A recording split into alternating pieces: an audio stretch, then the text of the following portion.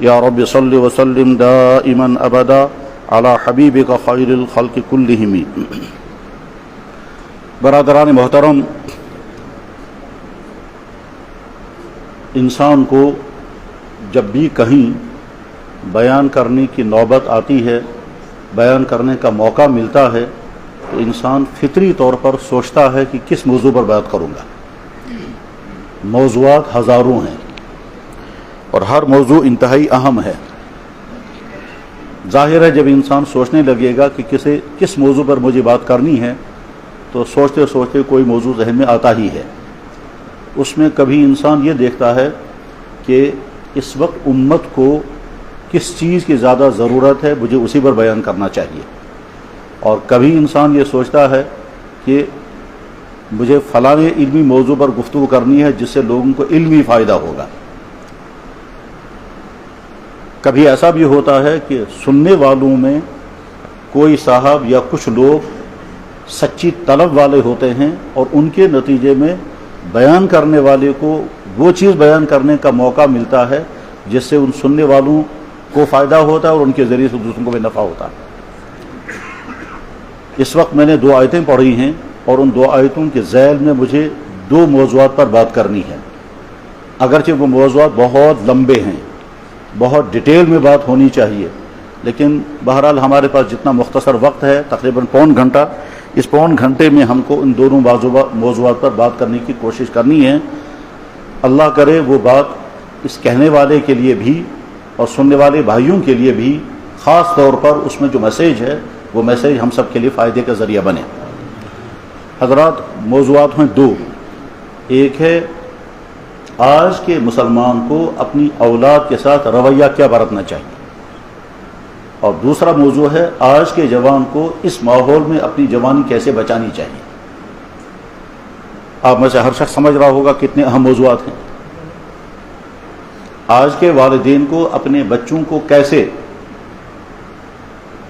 چلانا ہے جس کے نتیجے میں وہ ایک تو زندگی کے میدانوں میں وہ کامیاب ہوں، اور دوسرے کم سے کم مسلمان رہ سکیں۔ کیا رویہ برتنا ہوگا جس کے نتیجے میں ان کا ایمان بچ جائے، وہ اپنی اسلام پر قائم رہیں، وہ ماحول کی خرابیوں کا شکار ہو کر خود بھی برباد ہونے سے بچیں اور اپنے والدین کے لیے درد سر بننے سے بچیں۔ یہ بات بالکل واضح حقیقت رکھتی ہے کہ اولاد جب محفوظ رہے ان تمام خرابیوں سے، جو خرابیاں سوسائٹی میں ہوتی ہیں، تو وہ اپنی زندگی بھی کامیاب بناتی ہیں اور اپنے والدین کے لیے بھی رحمت بنتے ہیں، سکون کا ذریعہ بنتے ہیں۔ اور اگر خدا نہ خواستہ بچہ بگڑ گیا، تو اس کا بگاڑ تنہا اس کی ذات کے لیے نہیں رہتا، بلکہ اس کے بگاڑ و خرابیوں کا اثر پورے گھر پر پڑے گا۔ سب سے پہلے اس کے والدین، اس کے بعد آگے چل کر جب اس کا نکاح ہوگا تو اس کا زندگی کا پارٹنر، پھر جب اولاد ہوگی وہ، اور جو سوسائٹی میں وہ رہے گا، ان سب کے لیے وہ درد سر بنتا ہے۔ اور درد سر بننے کے ساتھ ساتھ اس بات کا بھی خطرہ رہتا ہے کہ اس کا ایمان اس کے ہاتھ سے نکل جائے۔ تو آج کے والدین کو اپنی اولادوں کے ساتھ کیا رویہ برتنا ہے، جس رویے کے برتنے کے بعد وہ امید رکھ سکیں گے کہ ہمارا بچہ چاہے وہ دینی اعتبار سے بہت اونچے درجے پر نہ پہنچ سکے، لیکن کم سے کم مسلمان تو باقی رہے، کم سے کم وہ ایمان والا بن کر کے زندگی گزارے، چاہے بعد میں وہ ملازم بنے، چاہے وہ ٹریڈر بنے، چاہے بزنس کرے، چاہے مزدوری کرے، چاہے زندگی کے جس شعبے میں جائے، کم سے کم ایمان والا اور مسلمان بن کر زندگی گزارے۔ دوسرا اہم ترین موضوع ہے آج کے جوانوں کا۔ جوانوں کا موضوع ہمیشہ سے اہم رہا ہے، اس وقت زیادہ ہی اہم ہے، اور کتنا اہم ہے یہ بتانے کی ضرورت نہیں ہے، کیونکہ آپ میں سے جو اس وقت جوانی کی زندگی گزار رہے ہیں، وہ اپنے گھر، اپنے سکول، اپنے کالج، اپنے ہاسٹلوں میں، اپنے سوسائٹیوں میں، اپنے فنکشنوں میں جو ماحول پا رہے ہیں، اس ماحول میں ان کا برائیوں سے بچنا آسانی بہت مشکل ہے، بہت ہی زیادہ مشکل ہے۔ اگر چاروں طرف سے انفیکشن ہی انفیکشن ہو تو انفیکشنوں سے اپنے آپ کو بچانا کیسے آسان ہوگا؟ خدا نہ خواستہ اگر ہوا میں بھی انفیکشن ہو، پانی میں بھی ہو، غذاؤں میں بھی ہو، سبزیوں میں بھی ہو، پھلوں میں بھی ہو، تو ایسی جگہ پر صحت کا محفوظ رہنا بہت مشکل ہے۔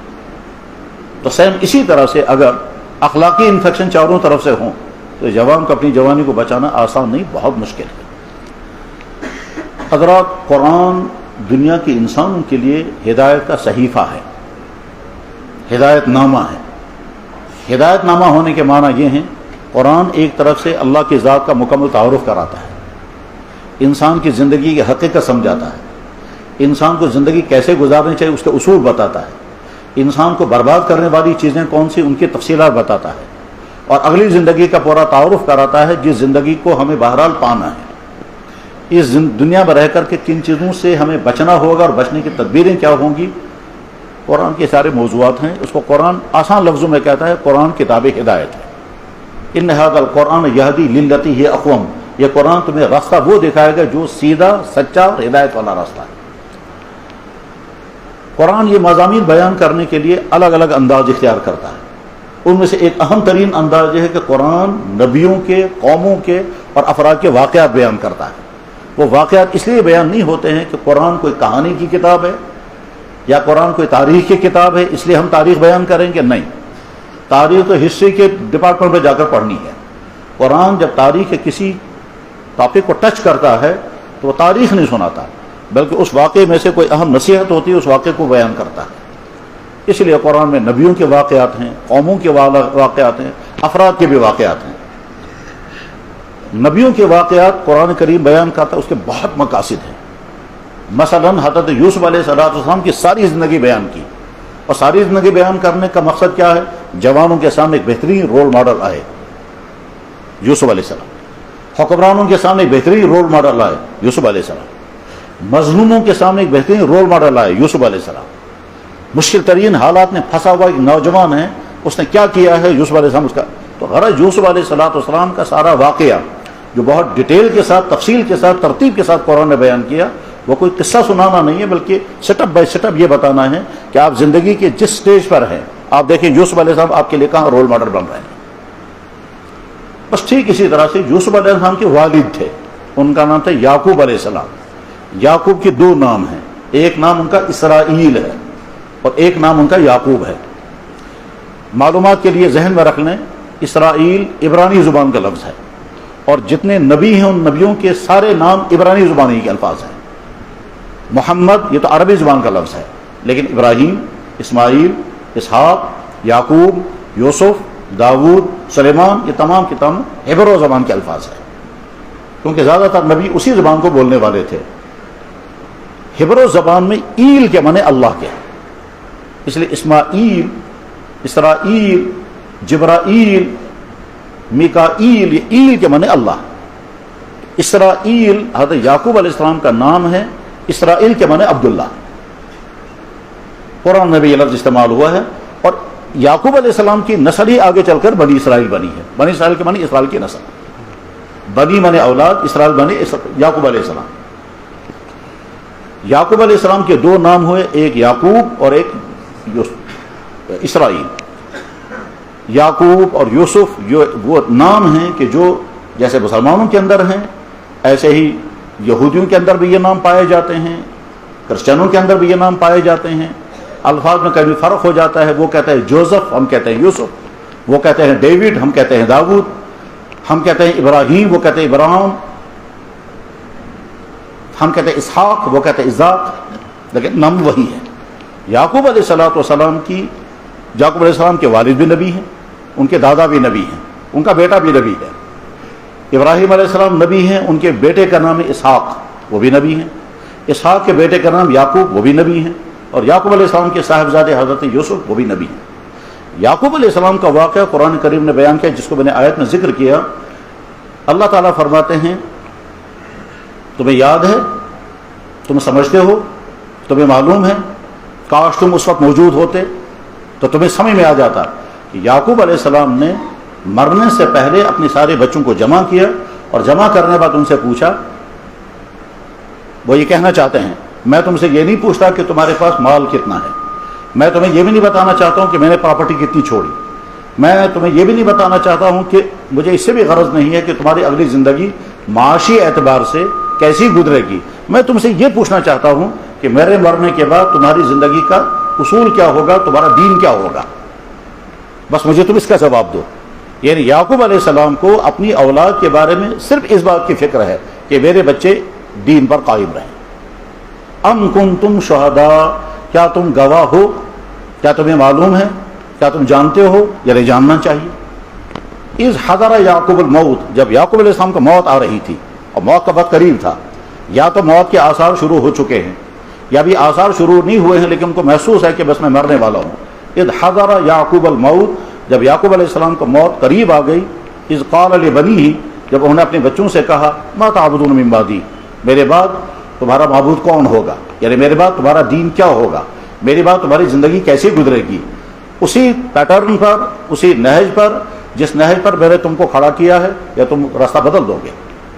یہ بات معلوم ہونی چاہیے کہ یعقوب علیہ السلام جو ہیں وہ ایک ملک میں تھے، اس کا نام تھا کنعان.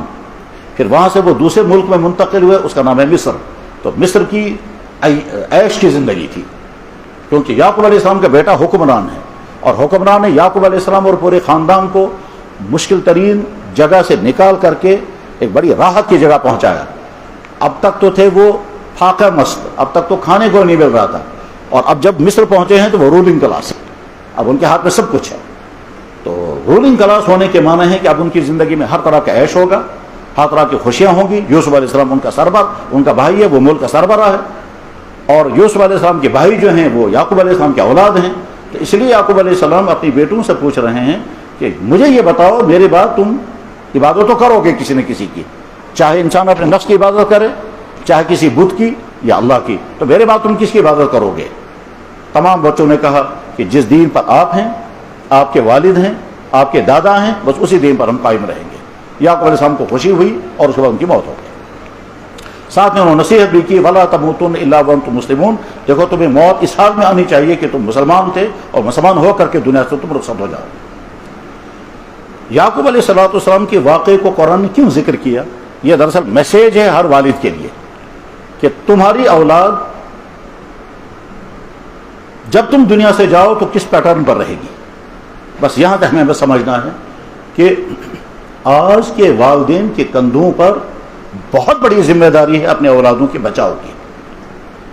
جیسے والدین کو فکر ہوتی ہے ہمارے بچوں کو اچھی تعلیم ملے، ضرور فکر کرنی چاہیے. جیسے والدین کو فکر ہوتی ہے ہمارے بچوں کو آگے جاب ملے، ضرور فکر کرنی چاہیے.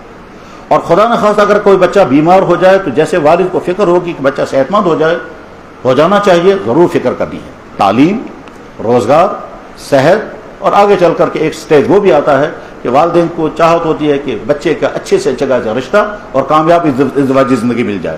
تو جیسے تعلیم کی فکر کرتے ہیں، جیسے صحت کی فکر کرتے ہیں، جیسے اس کے روزگار کی فکر کرتے ہیں، اور جیسے بچے کے نکاح کی فکر کرتے ہیں، اور یہ چاروں چیزیں کرنی ہے، بہرحال کرنی ہے، اسی طرح سے والدین کو یہ بھی فکر کرنی چاہیے کہ ہمارا بچہ آگے چل کر کے مسلمان رہے گا بھی یا نہیں. آج جس ماحول ہم زندگی گزار رہے ہیں، اس ماحول کی صورتحال کیا ہے ہم سب کے سامنے ہے. ہمارے گھر ہمارے سامنے ہیں، سوسائٹی کے تمام شعبے ہمارے سامنے ہیں. سکولوں کا ماحول کیسا ہے، کالجوں کا ماحول کیسا ہے، ہاسٹلوں کا ماحول کیا ہے، فنکشنوں کا ماحول کیا ہے، بلکہ اور آگے چل کر کے سڑکوں بازاروں کا ماحول کیا ہے، اور شاپنگ مالز کا ماحول کیا ہے. اس ماحول میں ہمارا بچہ ہے اور اسی ماحول میں اسے زندگی گزارنی ہے. ظاہر ہم یہ نہیں کہہ سکتے بچے کو گھر سے باہر مت نکلو. یہ تو نہیں ممکن ہے کہ بچے سے کہا جائے کہ چونکہ سکولوں میں کالجوں میں بہت برائیاں ہیں لہذا ہم تمہیں جانا ہی نہیں ہے. یہ تو نہیں کہہ سکتے بچوں کو کہ صاحب آپ اپنے دوستوں کے ساتھ مر پھریں. یہ ساری چیزیں کرنی ہیں، لیکن ان تمام میدانوں میں جو انفیکشنز ہیں، ان انفیکشنوں سے ہم اپنے بچوں کو بچانے کے لیے کیا کر رہے ہیں؟ میرے بھائیو، صورتحال یہ ہے، ایسا بھی پایا گیا کہ باپ کسی اور پیٹرن پر ہے اور بیٹا کسی اور رخ پر جا رہا ہے. میرے پاس ایک صاحب آئے جو اپنی مسجد میں 25-30 سال سے امامت کر رہے ہیں، اور ان کا بیٹا آ کر ان سے یہ کہتا ہے، جو کسی بڑے تعلیمی ادارے میں پڑھ رہا ہے، تو یہ باپ مجھ سے آ کر کہتے ہیں کہ میں کافی دنوں سے محسوس ہی کر رہا تھا کہ میرا بچہ کچھ بدلا ہوا ہے، اس کی سوچ کچھ بدل رہی ہے، اس کا موڈ کچھ الگ قسم کا ہے. وہ جب گھر آتا تھا تو ٹھیک سے مجھ سے بات بھی نہیں کرتا تھا اور الگ تھلگ بیٹھا رہتا تھا. غم زدہ تو نہیں ہوتا تھا لیکن الگ تھلگ بیٹھا رہتا تھا. مجھے لگتا تھا یہ کچھ دور ہو گیا ہے. میں نے کبھی توجہ نہیں دی یا فکر نہیں کی یا مناسب نہیں سمجھا اس سے پوچھنا، لیکن اب جب آخری مرتبہ میرے پاس میرا بچہ آیا تو آ کر مجھ سے کہتا ہے کہ آپ مسجد میں امامت کرتے ہو، وہاں خدا کہیں ہے؟ اس نے الفاظ میں کہا تچو خدا سچتا نوشن خدا۔ یہ اس سے پتہ چلتا ہے کہ بچہ کہاں پہنچ چکا ہے۔ میرے بھائیوں، شارٹ میں عرض کروں گا کہ اللہ نے اولادیں عطا کی ہوں، ان اولادوں کے ایمان اور اسلام کے بچانے کے سلسلے میں بہت زیادہ چوکنا رہے، اور اگر والدین چوکنا نہیں رہے تو ایسا ہو سکتا ہے کہ والدین سوچتے ہوں گے ہمارا بچہ ٹھیک ہے مگر وہ ٹھیک نہیں، وہ کہیں سے کہیں پہنچ چکا ہوگا، ایمانی اعتبار سے، اخلاقی اعتبار سے، کردار کے اعتبار سے، سوچ کے اعتبار سے نہ جانے وہ کہاں جا چکا ہوگا۔ جس میں لڑکوں کا حال بھی یہی ہے اور لڑکیوں کا حال بھی وہی ہے۔ خصوصاً وہ نوجوان بچے جو گھروں سے دور، چاہے کسی تعلیمی ادارے میں ہاسٹلوں میں ہوں یا باہر کہیں کسی ادارے میں پڑھنے کے لیے گئے ہوں، یہاں تک کہ اگر جوان لڑکے اور جاب کر رہے ہوں، ان سب کے معاملے میں بہت زیادہ فکر بندی کی ضرورت ہے۔ اور اگر والدین فکر نہیں کریں گے تو خطرہ اس بات کا ہے کہ باپ کہتا رہا میں مسلمان ہوں اور بیٹا بعد میں کہے گا یہ میں دل میں تھی، بیٹا بعد میں کہے گا یہ منوس نے پائی ہی نہیں، یہ میں دکے نوسی، وہ اپنے آپ کو سمجھتا رہے گا میں بہت کچھ ہوں۔ یہ جو ذہنوں میں آتا ہے نا ہم لبرل ہیں، ہم ماڈرن ہیں، ہم ایکسٹرا ماڈرن ہیں، یہ صرف الفاظ ہیں اور دھوکے کے الفاظ ہیں۔ جن ملکوں کو، جن سوسائٹیوں کو ہم الٹرا ماڈرن کہتے ہیں، وہاں ایمان والوں کے حالات ہم سے بہت زیادہ اچھے ہوتے ہیں، بشرطیکہ ایمان والے وہاں ہوں، اور ان کے حالات دیکھ کر وہ کہتے ہیں ہم تو الٹرا ماڈرن سوسائٹی میں رہتے ہیں اور وہاں ہماری دینی حالت یہ ہے۔ اور اس طرح کے لوگ جب ملتے ہیں اور یہی وہ اپنے حالات سناتے ہیں۔ میں ایسے کئی بھائیوں کو جانتا ہوں، زیادہ معلومات نہیں ہے لیکن کئی ایسے بھائی جانتے ہیں جو اسی کشمیر کے ہیں اور باہر کے بڑے بڑے ملکوں میں رہتے ہیں، امریکہ میں، جرمنی میں، ہالینڈ میں، کشمیر کے لڑکے، آکسفورڈ میں۔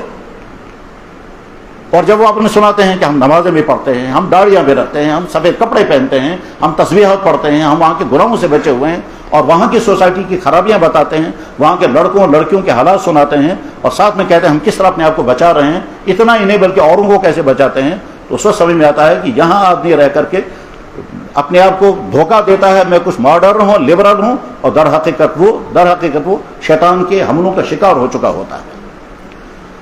میرے بھائیو، اس سلسلے میں جو بہت شارٹ میں عرض کرنا چاہوں گا وہ یہ، نمبر 1 اپنے گھر کا ماحول اسلامی ماحول بنائیں۔ ہم امید رکھیں گے کہ ہمارا بچہ بگڑے گا نہیں، اور گھر کا ماحول اسلامی ماحول نہیں ہے،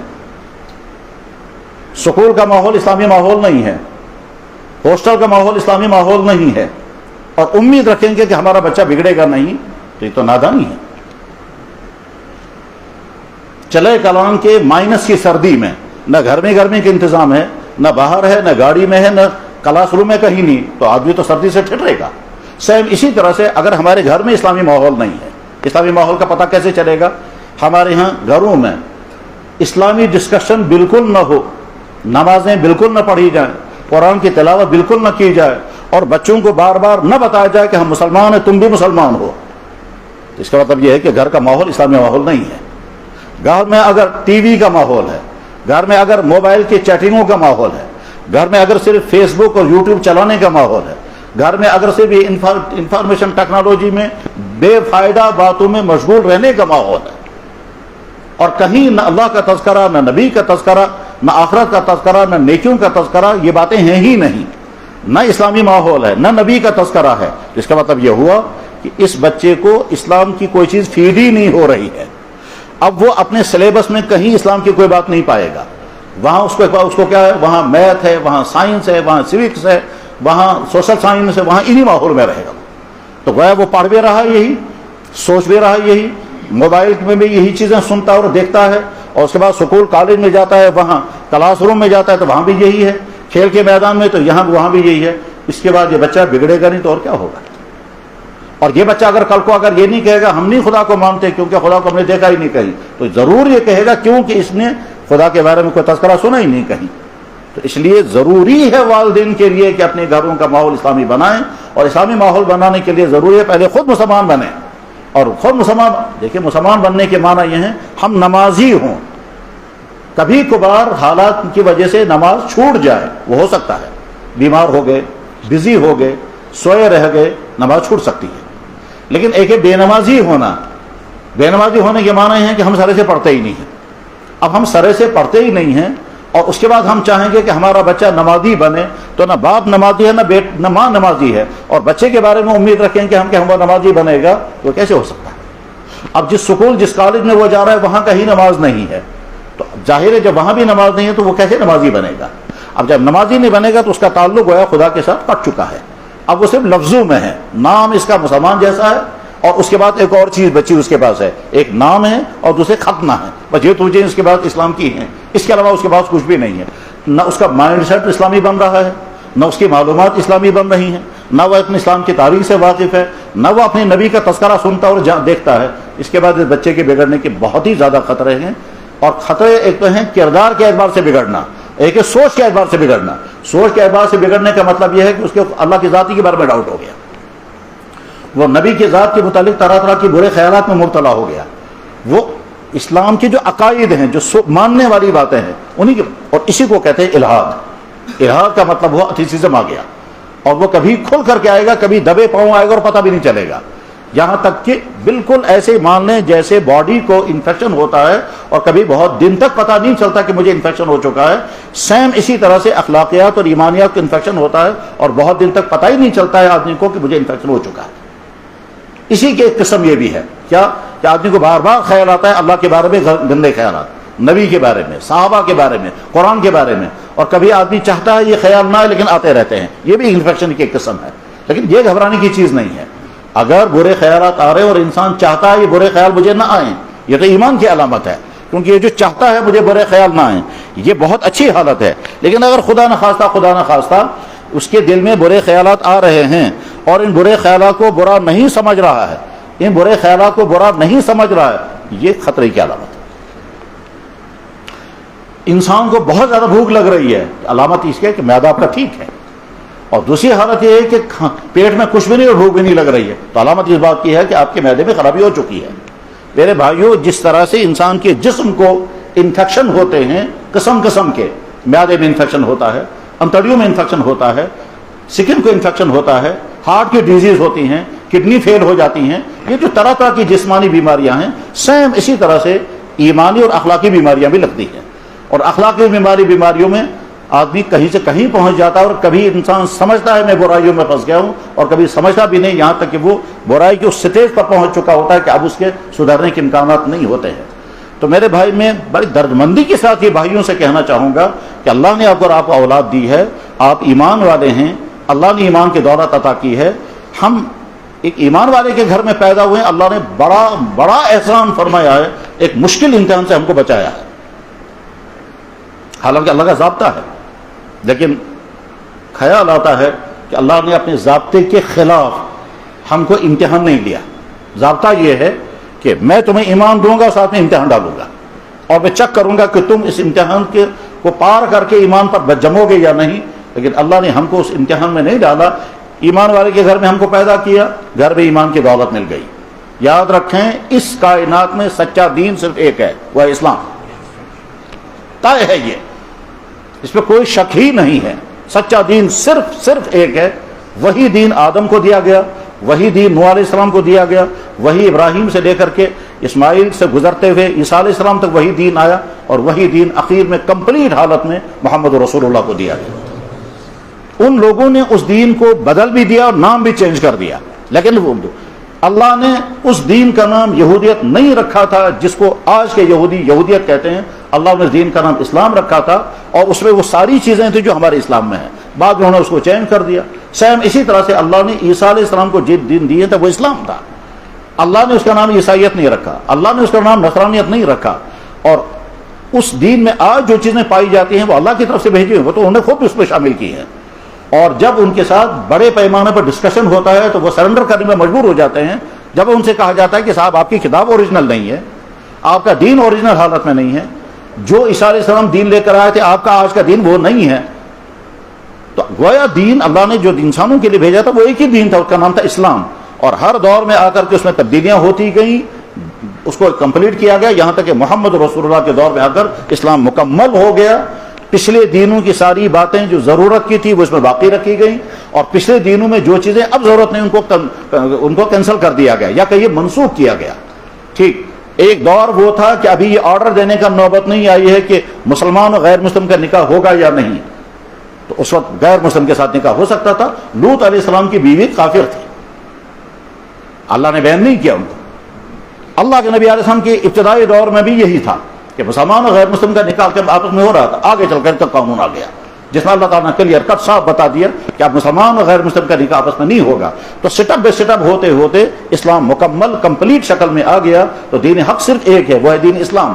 اب جب والدین اپنے بچوں کو بار بار یہ بات نہیں سمجھائیں گے کہ ہم مسلمان ہیں، تم بھی مسلمان ہو، ہمیں اسلام کو قبول کرنے کے لیے ہمیں کوئی قربانی نہیں دینی پڑی، ہمیں کوئی مشکل نہیں جھیلنی پڑی، ہمیں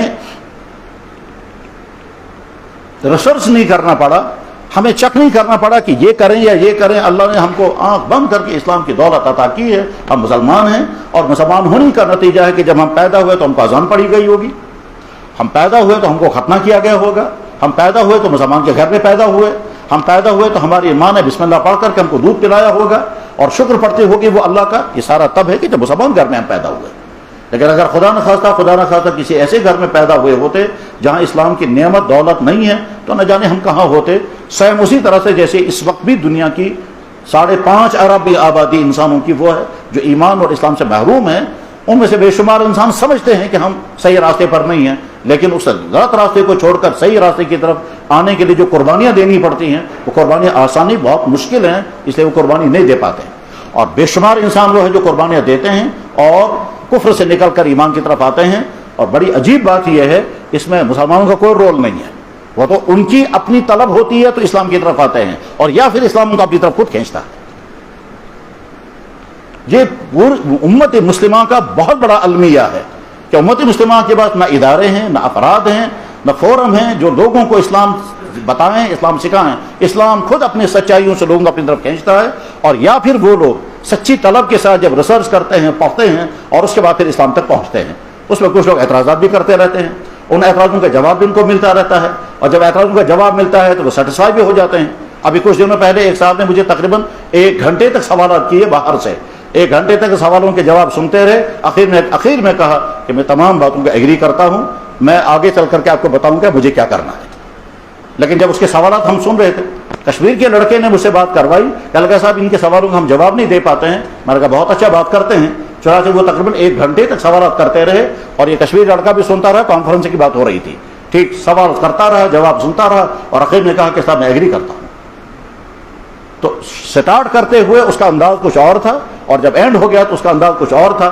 غرض یہ کہ لوگ اپنی طلب سے اسلام کی طرف آ رہے ہیں، اور اسلام اپنی خوبیوں کی وجہ سے لوگوں کی طرف کھینچتا ہے، ہمارا اس میں کوئی رول نہیں ہے۔ لیکن اللہ نے ہم کو اگر ایمان اور اسلام کی دولت عطا فرمائی ہے تو میرے بھائیوں، اپنے بچوں کو اپنے لیے سرمایہ تب بنا سکیں گے کہ جب ان بچوں کی، جیسے ہم سکولوں کالجوں کی تعلیم کی فکر کرتے ہیں اور ضرور کرنی ہے کیونکہ اس کے بغیر زندگی نہیں گزار سکیں گے، بس سیم اسی طرح سے اپنے بچوں کے دین کی بھی فکر کریں، اپنے گھروں کا ماحول اسلامی بنائیں، بچوں کے ساتھ بہت محبت کا معاملہ کریں، ڈانٹ ڈپٹ ہرگز نہیں ہونی چاہیے۔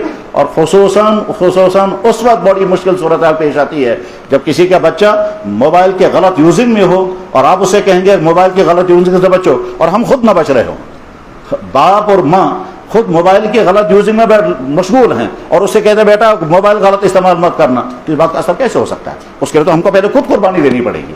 اب باپ اگر چیٹنگ کر رہا ہو اور بیٹی سے کہیں گے بیٹا آپ نہیں کرنا ہے، تو نادانی ہے یہ کیسے ہو سکتا ہے؟ اس کے لیے تو پہلے اپنے آپ کو اپنی خود قربانیاں دینی پڑیں گی تو ہمارا بچہ بچ سکے گا، ورنہ خدا نہ خواستہ جناب والا ایسا ہو سکتا ہے کہ ماں نماز پڑھ رہی ہوگی اور بیٹی اس کا مذاق اڑا رہی ہوگی، یہ کیا کر رہی ہو تم؟ کیوں؟ ماں نے اپنی بیٹی پر محنت نہیں کی۔ تو اپنے بچوں کے مسلمان بنانے کی فکر کریں، اور جب فکر کریں گے تو راستہ خود ہی نظر آئے گا۔ سیم اسی طرح سے خدا نخواستہ بچہ بیمار ہو جاتا ہے تو آپ کو کوئی نہیں کہتا ہے وہ ڈاکٹر کے پاس لے جاؤ، آپ کی فکر، آپ کی سوچ خود کہتی ہے کہ مجھے ڈاکٹر کو کنسلٹ کرنا چاہیے، اور پھر اس کے بعد خود ہی دیکھتے ہیں کہ کون سے ڈاکٹر کے پاس جانا ہے۔